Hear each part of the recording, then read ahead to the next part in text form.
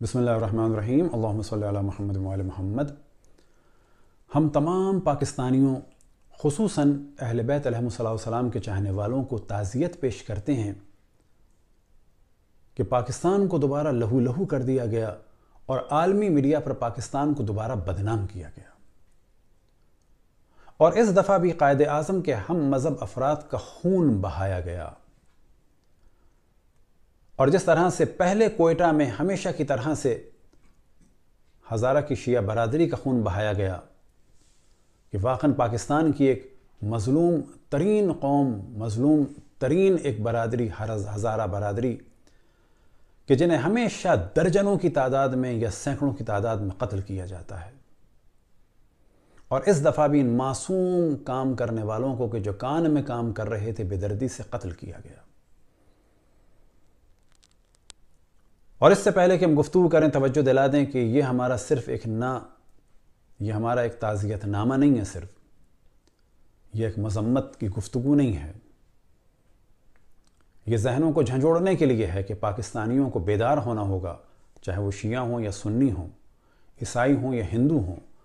پاکستان میں عیسائیوں کے ساتھ برا ہو یا ہندوؤں کے ساتھ برا ہو، یہ بھی قابل مذمت ہے۔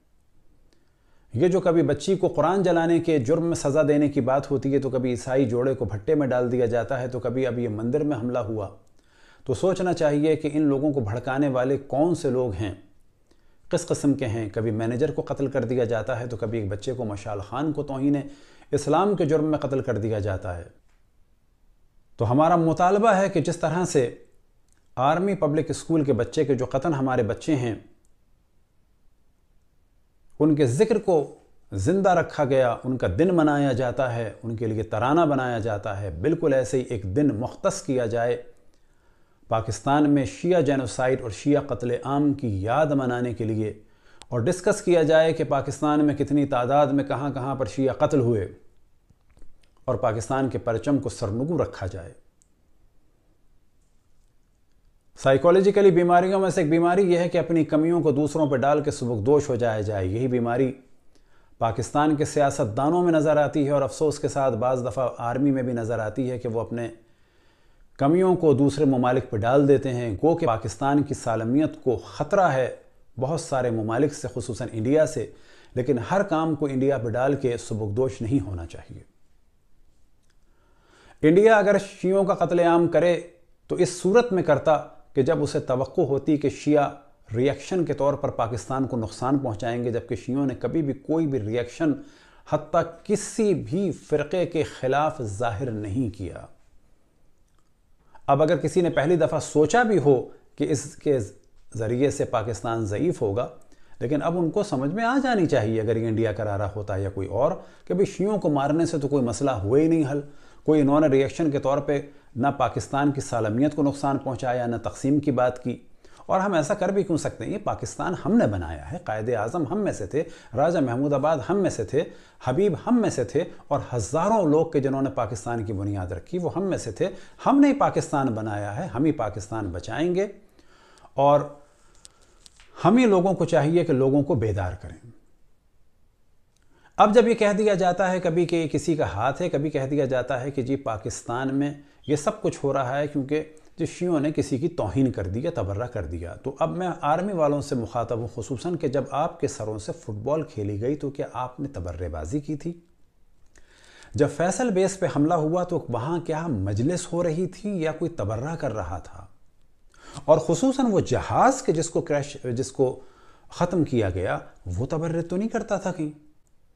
لاہور میں حملہ ہوا اور 61 کے قریب بے قصور پولیس کے جوانوں کو شہید کیا گیا، تو کیا وہ اس پاسنگ آؤٹ پریڈ میں تبرہ بازی کر رہے تھے یا مجلس کر رہے تھے یا ماتم کر رہے تھے؟ یہ جو مختلف جگہ آرمی کی چھاؤنیوں پہ حملے ہوئے، تو کیا آرمی والے سب کے سب شیعہ ہیں؟ جو بھی ایسی بات کرے تو یاد رکھیں کہ یہ پاکستان کو خطرہ، یہ پاکستان کے لیے خطرناک ہے نظریہ، کہ اتنا بڑا مذہب اس کے افراد کو قتل کیا جا رہا ہے ہزاروں اور لاکھوں کی تعداد میں، اور اس کے بعد ان کو جسٹیفائی کیا جائے اس طریقے سے، تو آپ کے قتل عام کی آپ کیا جسٹیفیکیشن دیں گے؟ کبھی پاکستان میں بینک مینیجر، کبھی کوئی اور۔ اس شدت کو ختم کرنا ہوگا اور ایک ماحول بنانا ہوگا کہ ڈائلاگ ہوں، اور جب یہ ختم ہو جائیں ڈائلاگ تو اس کے بعد ایک اپنی زندگی گزاری جائے۔ یہاں پر ایک لمحہ فکریہ ہے کہ جتنے لوگ دہشت گردی میں مبتلا ہیں، یہ لوگ کیا رقص اور موسیقی اور فسق و فجور اور شراب، کیبرا، کیسینوں میں جانے والے لوگ ہیں یا مسجدوں میں جانے والے لوگ ہیں؟ یہ عیسائی تھے، ہندو تھے، بدھسٹ تھے، کمیونسٹ تھے، جین تھے، پارسی تھے، سکھ تھے، کون تھے یہ؟ نہ، یہ سب مسلمان ہیں، مسلمانوں کے گھروں میں پیدا ہوئے ہیں۔ یہ کیوں دہشت گرد بنتے ہیں؟ چاہے انگلینڈ میں، چاہے پاکستان میں، چاہے کہیں اور، پتہ چلتا ہے کہ جب ایک خاص جگہ ایک مسجد میں جانا شروع کرتے ہیں تو دہشت گرد بنتے ہیں۔ وہ مسجد کن کی ہوتی ہے؟ تو ہمیشہ جواب ملتا ہے یہ مسجد ہے ان لوگوں کی کہ جہاں پر نظریات پڑھائے جا رہے ہیں ابن تیمیہ کے اور ابن وہاب کے اور اسی قسم کے دوسرے افراد کے۔ یہ کیا وجہ ہے کہ 9/11 ہو یا 7/7 ہو، ہمیشہ وہاں پر وہی مینٹلٹی نظر آتی ہے، دیوبندی اور سلفی؟ یہ کیا وجہ ہے کہ طالبان ہوں یا القاعدہ ہوں یا بوکو حرام ہو یا لشکر جنگبی ہو یا سپاہ صحابہ ہو، یا جیسا کہ ہمیں نام لیا نائجیریا کے بوکو حرام ہو، یا چیچینیا کے ریاض الصالحین ہو سو کالڈ، یا جو بعض افریقن ممالک میں سوڈان وغیرہ میں الشباب کے نام سے دہشت گرد تنظیمیں، سب کے سب یہ وہابی یا سلفی ہی کیوں ہیں؟ یہ ابن وہاب اور ابن تیمیہ ہی کے ماننے والے کیوں ہیں؟ یہ کیا وجہ ہے کہ یہ معصوم لوگوں کو بھی قتل کرتے ہیں؟ مثال کے طور پر انہی چیچینیا کے دہشت گردوں نے، سو کالڈ ریاض الصالحین والوں نے 2006 میں بیسلن رشیا میں 1100 افراد کو 1 سپٹمبر 2006 کو یرغمال بنایا کہ اسکول کا پہلا دن تھا، ماں باپ بھی آئے ہوئے تھے۔ 3 دن تک انہیں بھوکا پیاسا رکھا، ڈائنامائٹ لگا دیے گئے اور بعد میں 350 کے قریب افراد قتل ہوئے کہ جن میں اکثر بچے تھے۔ کیا یہ دین ہے؟ پھر اس کے بعد ایک بڑی تعداد نظر آتی ہے، اور سب سے بڑی تعداد جو نظر آتی ہے وہ نظر آتی ہے عراق میں تکریت میں اسپائکر نامی ایک کیڈٹ کالج میں، کہ جہاں 7ویں 8ویں سے لے کے 10ویں تک کے بچے تھے۔ 1700 افراد کو چن چن کے جو شیعہ تھے انہیں ذبح کیا، اور یہ کرنے والے کون تھے؟ IS والے۔ البتہ کون سی IS کہ جس کے افراد دنیا بھر سے آ کر ٹرکش ایئر لائن سے آ کر انقرہ اترتے تھے اور اس کے بعد شام اور عراق میں جاتے تھے۔ ان کو سپورٹ کرنے کے لیے عراق کا پیٹرول ترکی کے ذریعے سے بک رہا تھا، اور آج اس شخص کو اسلامی ہیرو سمجھا جا رہا ہے ایک ڈرامے کی وجہ سے، کہ جو خود ایک ڈرامہ جو ہے، یہ ڈرامہ ہے۔ یہ بالکل ایک الگ موضوع۔ تو 1700 بچے عراق میں ذبح کر دیے گئے 3 جون 2017 کو، 2014 کو۔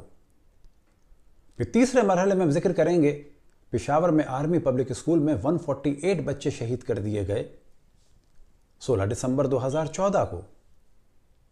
اس کے پیچھے کون تھے؟ طالبان تھے۔ یہ طالبان کس دین سے اور کس مذہب سے تعلق رکھتے ہیں؟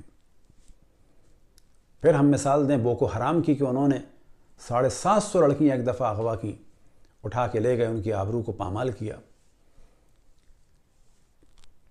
آپ کہیں گے کہ یہ تو اسلام میں نہیں ہوتا۔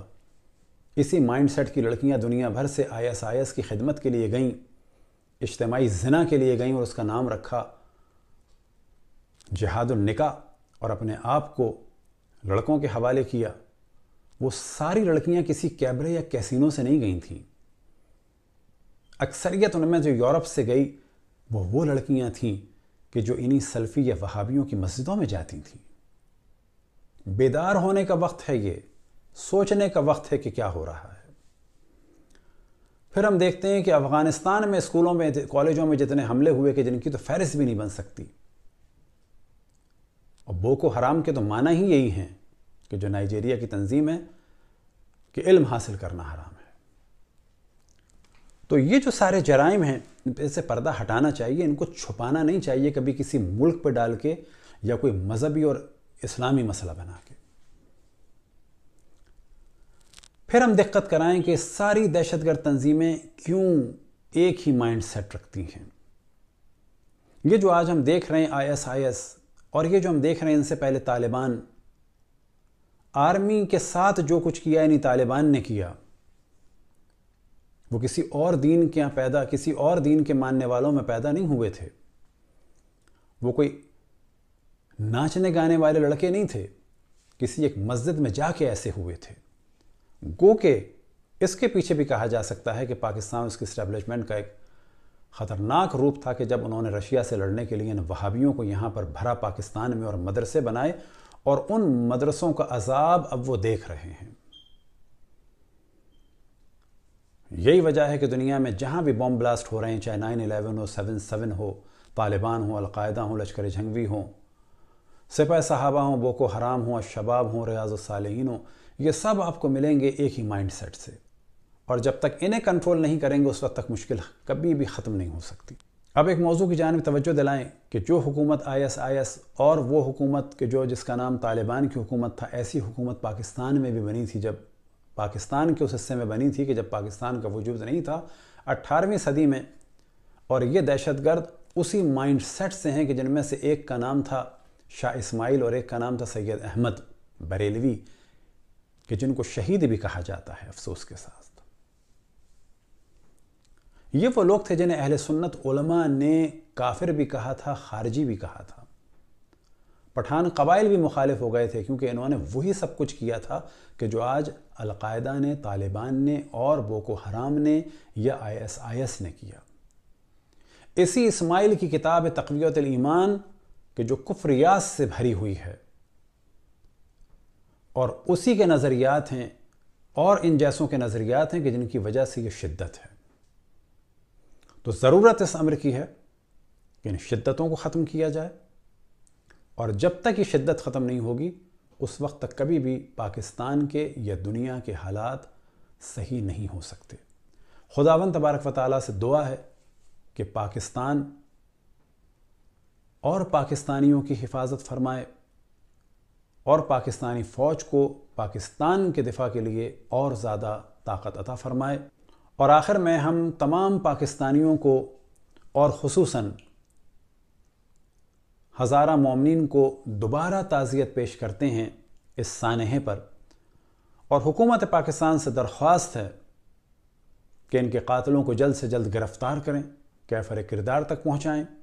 نہ فقط ان کو گرفتار کریں کہ جو فزیکل اس کام میں داخل تھے، بلکہ جو لوگ انہیں اکساتے ہیں، جو ان کے مربی ہیں، ان کو نظریہ دینے والے ہیں، ان کو بھی سخت سزائیں دیں، اور ان لوگوں کی مشکلات کو حل کریں۔